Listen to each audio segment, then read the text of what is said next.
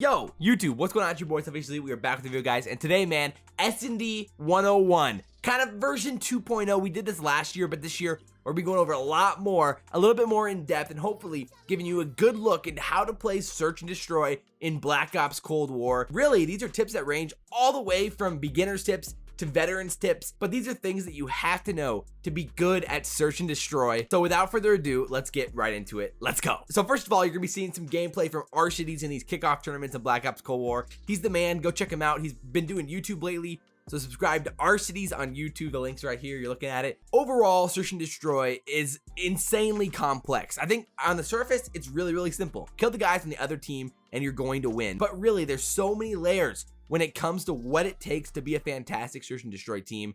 And off the rip, of course, the first thing, the foundation of competitive Call of Duty as a whole, is communication. Of course, this starts in Search and Destroy before the round.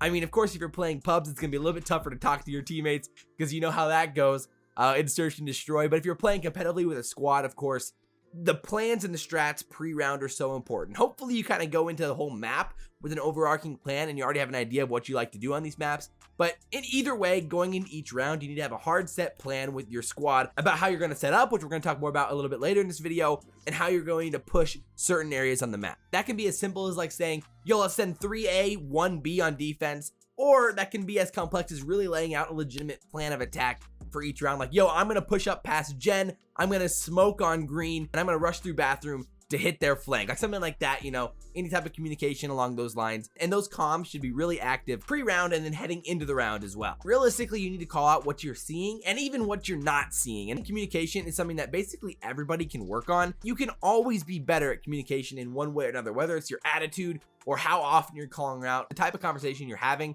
in game. It's something that you can always work on and improve, and this is something that we talk about a lot on the channel. If you're subscribed, you definitely know that. We do a lot of learn from the pros and things like that. And of course, hit the notification bell if you haven't already so you don't miss an upload. But at the end of the day, you know, during the round, you're talking to your teammates like, yo, I'm not seeing anything, you know, left side A, what are you seeing over by rails? Or what are you seeing over in bathroom? Or what are you seeing mid-map? And your teammates are calling those things out. You're asking those questions. You're communicating like, could they be rapping towards A? I'm not seeing anything on the cross. Like, those types of conversations are things that every team has, and the more you have, the better in organizing yourself as a team, and that all accumulates into having a better idea of what the opposing team is trying to do on the map. So the second foundational piece is basically the patience and playing for the information on the map. Of course, you have to have the information to actually make a call out, and that all comes with how you approach the round from the beginning. So there's a lot of different ways that you can get information in Search and Destroy. Some maps have like crosses where a team has to run across somewhere to get to a certain bomb site.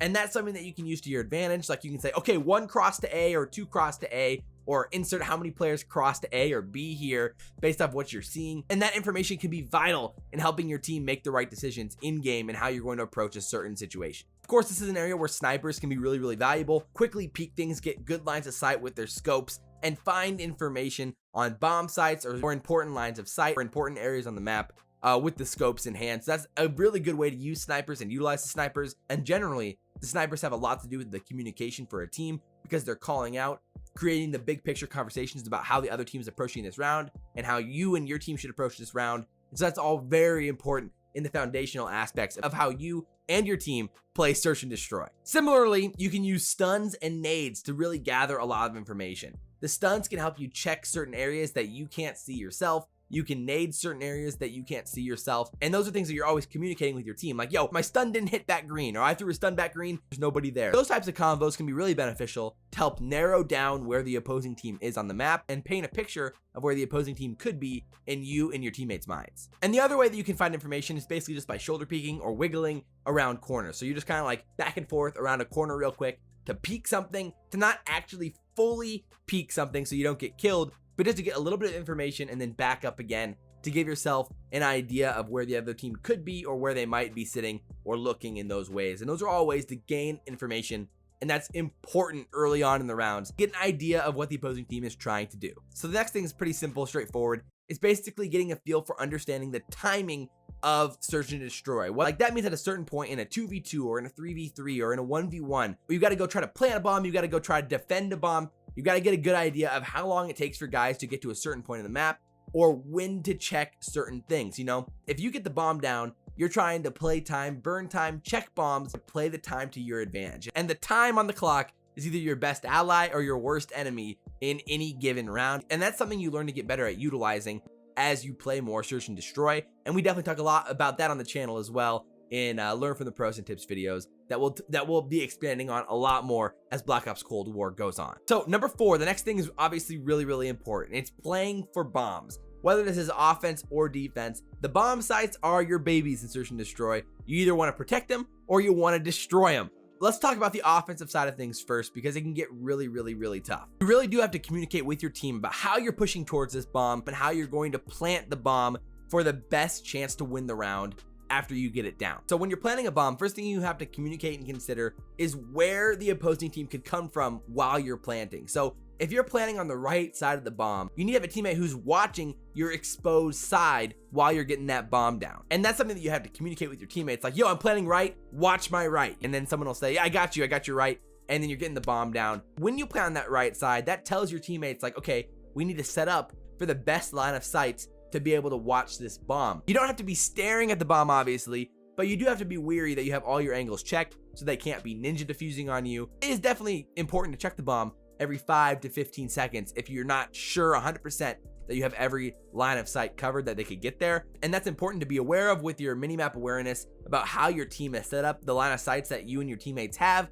and the places the opposing team could be. And that's all taken into consideration and defending the bomb while it's taken down. So again, the bomb placement is absolutely crucial. Depending on how you want to set up after you get the bomb down, you need to communicate that with your team about, hey, I'm planning on the left side, the back side, the front side, the right side, and what that means for your setup. Depending on where you plant the bomb, you can have a completely different setup that maximizes your chance to win based off where the bomb is planted. And that's something that you have to consider every single round while playing Search and Destroy. Similarly, like while having the bomb, stuns, nades, smokes, and trophies can always be the X factors in Search and Destroy, offensively or defensively. On offense, you can use the smoke to get the bomb down, to give you cover while you're getting the bomb down. You can use the smoke to rush up to the bomb to try to push out the bomb site and gain bomb site control. You can use the stuns and the flashes to check certain corners while you're trying to before you're trying to get that bomb down or pushing up towards the bomb. There's a lot of different ways that you can utilize that, and we'll definitely be talking more about that in videos in the future as well. So breaking bombs defensively, it can be tough sometimes. If the opposing team gets that bomb down,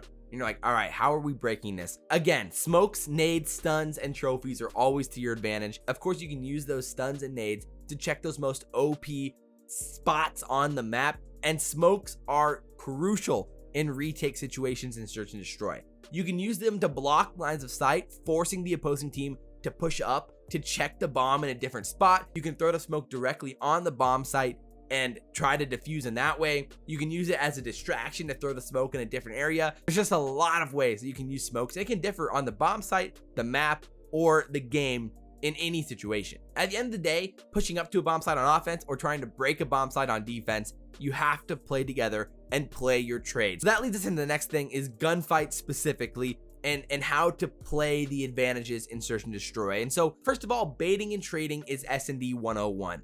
And if you don't know what that is, basically that means when you're playing with a teammate, you and your teammate are playing together to get a certain kill on the map. And so baiting might mean that you're peeking your shoulder, the opposing guy shoots, and then your teammate jumps out to kill. Another way that baiting could play is that you slide out, you try to kill the guy, you get 2 hit markers on a guy, then your teammate comes out and gets the kill. That's trading the kill. The first guy was the bait. And so there's a few different ways that can play out, and generally that's really communicated with your teammates. Oftentimes you'll hear a pro say like, yo, I've got your help, or you've got my help. Generally that means you're going for the trade, I'm going to bait for you. And that has to be communicated with you and your teammates, or you have to be aware of what the teammate is trying to do if they're not talking, if you're playing in a pub or in a ranked play match or whatever it is. And you have to be aware that that's what's going on, and then follow him up to get his trade, or you have to be the person to slide out to bait if your teammate's in the position to trade. And that's what you have to just be aware of in any situation on Search and Destroy, on the attack or on defense. So the last thing we're going to talk about in this video is setups and what makes a good setup, a good strategy heading into a round. And so obviously we talked about this a little bit at the beginning of the video. On offense or defense, doesn't really matter. A good setup has players in positions to trade kills.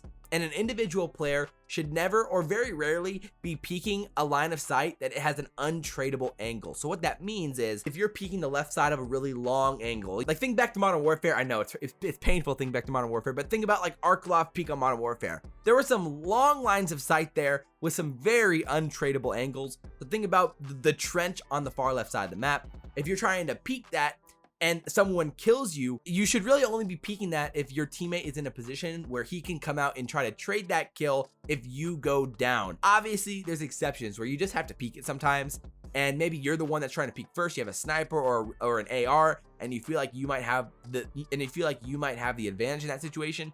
Then it makes sense. But if you're trying to retake a bomb site, you always have to be. But if you're trying to retake a bomb site or push up towards a bomb, you should never peek something unless you know for a fact that your teammate is in a position where he can get to the point to kill the guy that you'd be looking at. And that can look different in a lot of different scenarios, but just be very aware of that. But that takes a lot of mini-map awareness and map knowledge and a lot of comfort with your teammates to be able to push in those ways to play the best search and destroy possible to trade those kills. In another way, a good setup generally doesn't leave a flank exposed or doesn't leave a flank exposed for very long. Usually you'll have like one guy who's maybe looking at 2 lines of sight, especially now in 4v4 in competitive COD. You know, in 5v5, you had a lot more, you had another body on the map to be able to check certain lines of sight. Now back to 4v4, you have probably one guy that is really paying attention to that flank, has the AR at the back, watching a certain line of sight, sometimes turning to the left to watch a flank or sometimes turning to the right. They're doing multiple jobs on the map. A setup can't leave your flank exposed for too long. And if it is, you have to be aware of that and understand how long it would take for an opposing player to be able to get to a point, for an opposing player to be able to hit that flank and get to that point. Similarly, when it comes to play calls and setups, you have to have a change of pace. So when you're calling your plays pre-round or your setups that you have to have some different change of pace plays. Like for an example, on offense, you need to have a fast B plant, a slow B plant, a fast A plant, a slow A plant, a flank play, a really slow play, like a first pick sniper play. There has to be a lot of different variety in your setups when you're playing as a team. Individually, you just have to be aware of how your team is playing. If you're playing like in a ranked play or playing solo, you just have to be aware of how your team is playing and try in your own way to switch up the pace or play with your teammates to try some new things. Round in and round out. Those play calls are extremely important, and that matters in the long run in search and destroy, so the opposing teams don't get a good read on you round in and round out. Similarly, a good setup maximizes your information you can get in a certain round. So, you know, you have a certain line of sight that you're checking every so often. You're making sure that the opposing team can't cross to another bomb site without you seeing it or knowing it. So you have a good idea of what general area of the map certain players are, and that matters a lot. And think about like on Gunrunner in Modern Warfare, if you have somebody watching the A-bomb cross to trains, you know that the opposing team isn't pushing that way, and that's really, really important. When teams get caught not watching that flank, that's when the rounds can fall apart really, really quickly, and kills start getting untraded, and things go the wrong way real fast. So overall, there's so much more that we could talk about, but the video's already getting lengthy, so I'll cut it off there for now. But again, we'll be talking a lot more about this. We'll be talking a lot more about all these things in tips videos in the future, so subscribe. And I do a lot of gameplays, as well, where you can talk about this and ask questions. I stream on twitch.tv/SalvationsElite. I have a gaming channel where I'm gonna be posting a lot of game battles this year and competitive gameplays and a lot of search and destroy. So that link's down in the description, Salvations Elite Gaming, and hit the notification bell on that channel and on this one so you never miss an upload. And of course, if you guys enjoy the video, like, comment, subscribe, share the video if you guys really enjoy it. But as always, guys, I'm your boy Salvations Elite, and we will see you next time. I'm out.